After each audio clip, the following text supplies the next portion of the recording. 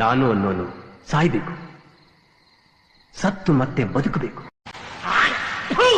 ಕಚಡ ನನ್ನ ಮಗನೇ, ಗೋಪರ್ ನನ್ನ ಮಗನೇ, ವರ್ಷ ನನ್ನ ಮಗನೇ, ನಾಚೆ ಆಗಲ್ಲ ನಿನಗೆ, ನಾಚೆ ಆಗಲ್ಲ ನಿನಗೆ.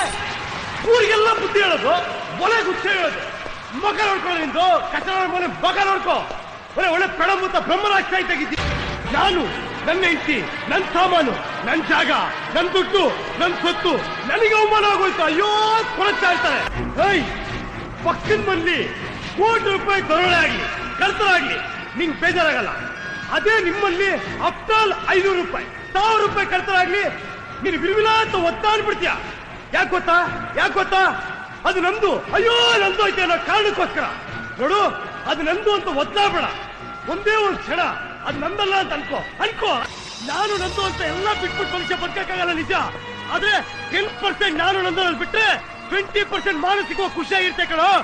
20% ನೀನು ನಾನು ಬಿಟ್ರೆ 50% ಖುಷಿಯಾಗಿ ಬದುಕ್ತೀಯ. ನಾನು ನಂದು ಬಿಡಕ್ಕಾಗಲ್ವೇ? ಯಾಕಾಗಲ್ಲ? ನೀನ್ ಮತ್ ಮಾಡಾಗತ್ತೆ. ನಾನು ನಂದು ಅನ್ನೋದನ್ನ ಕಿತ್ತು ಬಿಸಾಕು. ನಾನು ನಂದು ಅನ್ನೋದು ಕಿತ್ತು ಬಿಸಾಕು.